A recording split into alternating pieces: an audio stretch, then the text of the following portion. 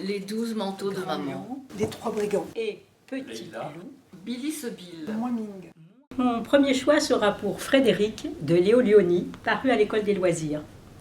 Donc Frédéric, c'est l'histoire d'un souriceau qui, peu à la manière de la cigale et la fourmi, de la fable de La Fontaine, doit faire des réserves de graines et de paille pour l'hiver avec ses concitoyens.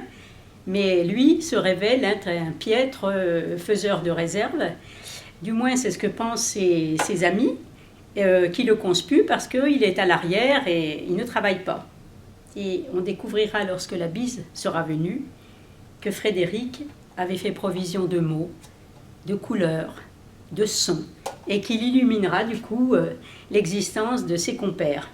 Alors c'est l'ouvrage d'un précieux, d'un fabuleux fabuliste, je dirais, qui s'appelait Léo Lionni, et dont la marque de fabrique est l'illustration en découpage dans du papier reliure. Certains peuvent penser que c'est un petit charme un petit peu désuet. Dans ce cas, moi, je leur conseille de faire aussi une passerelle avec Béatrice Alemagna, qui privilégie aussi ce type de découpage et qui a aussi souvent des petits messages à nous communiquer. Un livre très drôle, Dans la poussette de Lisette, à l'École des loisirs toujours, de Katharina Valks. Alors faire de l'humour pour les enfants et avec les enfants, ça n'est pas toujours simple, mais elle y réussit pleinement.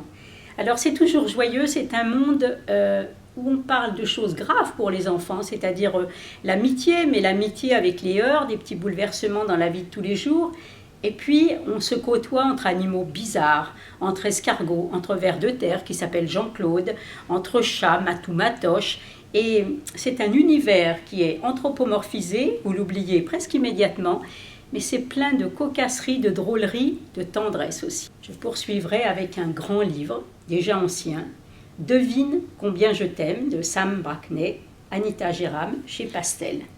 Alors, c'est un livre bourré de tendresse et qui évoque la difficulté de traduire ses sentiments. Comment peut-on évaluer la force de son amour, que ce soit filial ou parental?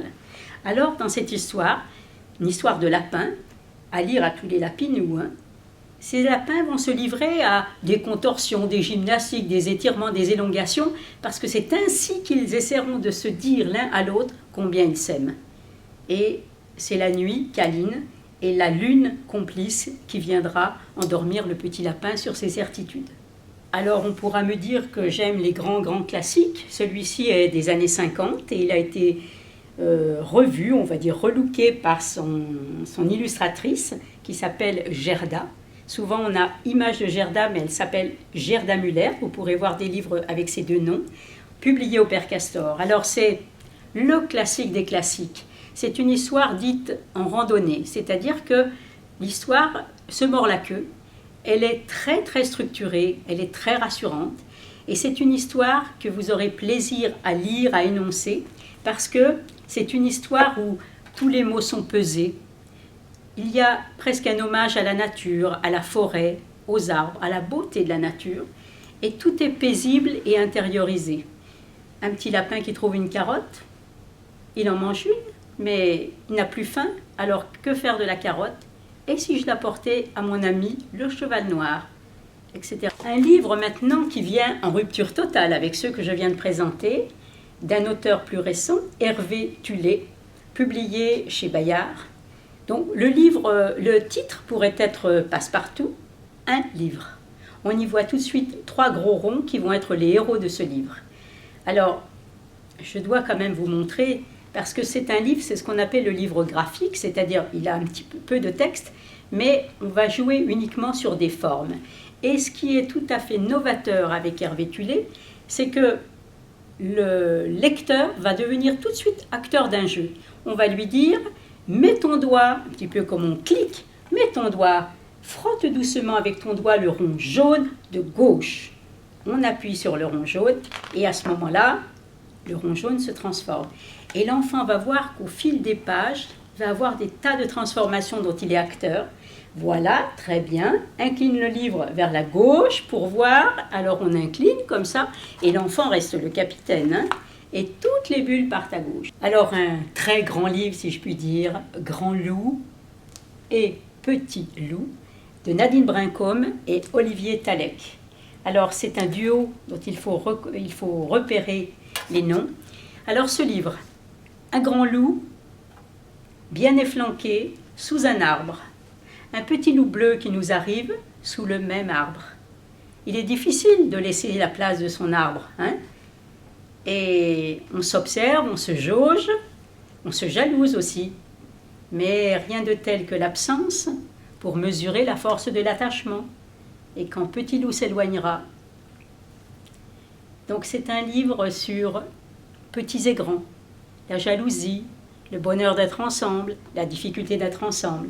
C'est un livre, je dirais, tout simple, mais bourré de qualité, poétique, mesuré, épuré, à conseiller à tous les enfants. Les 5 albums qui suivent sont ce que j'appellerais des albums grand large. C'est une appellation qui nous vient directement de Véronique Lombard de l'association Livre à lire. Donc, qu'est-ce qu'on appelle livre, album grand large ou grand horizon? Ce sont des albums qui vont s'adresser certes à des enfants de 5 ans, 6 ans, mais à des adultes et même à des gens qui avancent en grand âge. Je l'ai testé. Alors, les oiseaux. Dès qu'on à la couverture, un désert jaune, un grand ciel bleu, un camion rouge et un chauffeur aux jambes un peu malingres et au ventre rebondi. Un album qui peut avoir une espèce de fragilité un peu brinque-ballante, mais qui va nous dire beaucoup de choses sur les petits détails de la vie. Ce camion va s'éloigner, mais il va receler quelque chose de très important qui va nous emmener, qui va commencer par un petit détail et qui va nous emmener très très loin par un grand envol. Et vraiment, ce ne sont pas de petits détails qui peuvent changer la vie. Son auteur, Germano Zulo, son illustratrice, Albertine. Retenez ce nom, parce qu'ils ont commis déjà de grands albums. Celui-ci s'appelle « J'attends ». Moi, j'attends. D'emblée, il se présente comme une grande enveloppe administrative. Et ses auteurs en sont David Ecali et l'illustrateur Serge Bloch. Lorsqu'on ouvre les pages des gardes, vous y voyez 2 petites nominettes, toutes humbles, qui nous annoncent encore leur nom. On est dans le domaine de l'enfance. Et je dirais que c'est un grand livre au sens où il nous dit, à travers un fil rouge, un fil de mercerie qui va traverser toutes les pages dans un format à l'italienne, absolument bien adapté pour ça, toute la vie qui passe, avec ses moments joyeux, avec ses moments graves, voire dramatiques. Et le texte de David Ecali se limite à une petite phrase et quelquefois à de seuls points de suspension. Mais ce livre nous en dit long sur le temps qui passe. Et je ne doute pas que ce format-là ait été choisi pour rendre un immense hommage à André François, un de nos plus grands illustrateurs français, qui en 1952 avait commis ce livre, Le Crocodile, dans un format un peu identique. Alors, un livre très très surprenant, Jeu de piste à volubilis de Max Ducot, chez Sarbacane. D'emblée, on y repère une maison très moderne, avec une petite fille seule. Ce titre, Jeu de piste à volubilis, nous indique déjà que nous allons avoir affaire à un album jeu, mais ce sera un album jeu très particulier qui va nous initier on va dire un petit peu au mystère de l'architecture. D'emblée, le sujet nous est donné, c'est un père qui dit à sa petite fille que dans chaque maison, il y a un secret à découvrir. Donc nous aurons 10 indices, nous parcourrons toutes les pièces de la maison, au style très Le Corbusier.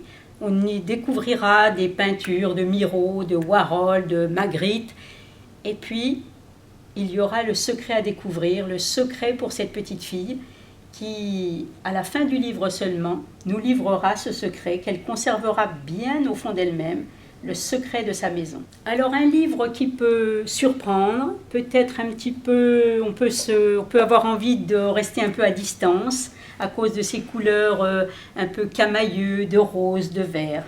Oncle éléphant, d'un grand auteur américain disparu, mais Arnold Lobel. Alors ça nous parle d'enfance, ça nous parle de familles qui pourraient avoir disparu et d'un vieil oncle qui vient se substituer à la famille, mais se substituer avec une grande, grande délicatesse. Cet album, qui peut se lire à des enfants de CP, CE1, a l'originalité de se présenter comme un petit roman en fait, avec un sommaire. Et si je regarde la première phrase, Oncle éléphant ouvre la porte. Et après 8 chapitres, Oncle éléphant ferme la porte. Donc on aura une histoire qui sera bien close, avec beaucoup de tendresse et beaucoup de détails sur les sentiments, l'ambivalence aussi des sentiments. Rester avec ce vieil oncle, retrouver ses parents, c'est un sujet important. Arnold Lobel. Arnold Lobel, c'est aussi l'auteur de Ulule.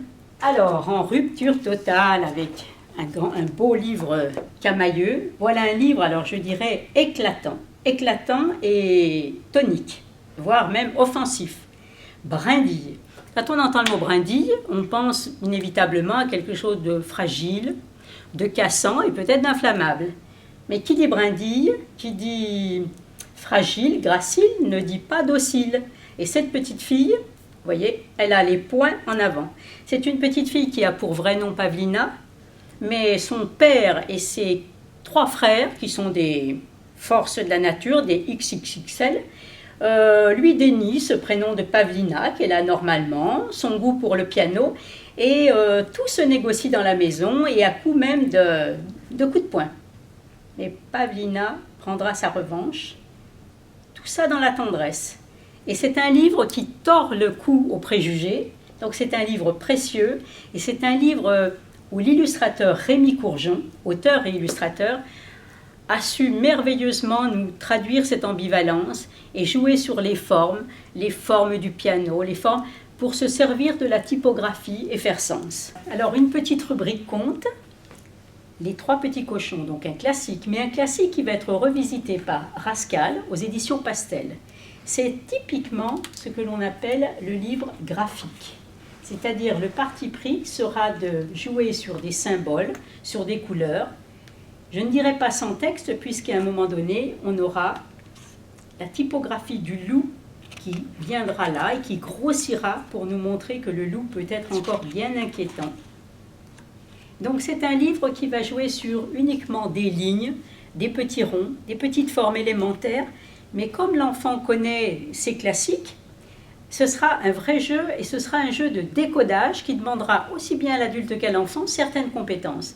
Donc ne vous y trompez pas, ce n'est pas un livre pour les tout petits, c'est un livre qui suppose de connaître ses classiques. Un grand classique des classiques, Les 5 frères chinois, constamment réédité à l'École des loisirs, rapporté par Claire Huchet, qui était une bibliothécaire, une pionnière de l'Heure Joyeuse, donc la première bibliothèque pour enfants de Paris, et qu'il avait entendu dans les faubourgs de San Francisco en 1938. Et ce livre-là nous raconte l'histoire de 5 frères chinois qui se ressemblaient comme 5 gouttes d'eau, ce qui n'est déjà pas anodin, mais chaque frère chinois est doté d'une qualité particulière. Le premier peut avaler la mer, le deuxième peut retenir son souffle, le troisième a un coup en fer, le quatrième a les jambes qui s'allongent, et le cinquième ne peut être brûlé. Et lorsqu'un des frères chinois est condamné par le juge, je vous laisse imaginer comment on peut jouer de cette ressemblance. C'est un conte, je veux dire, qui joue sur l'humour et sur il y a une justice dans la vie. Voilà. Une autre forme de conte, cette fois, un amour sucré-salé, publié chez L'Irabelle. L'Irabelle, c'est une maison très proche des éditions Grandir. Et c'est un conte que vous connaissez peut-être sous le nom des 2 maisons, qui était raconté par un grand conteur qui s'appelle Didier Kowalski.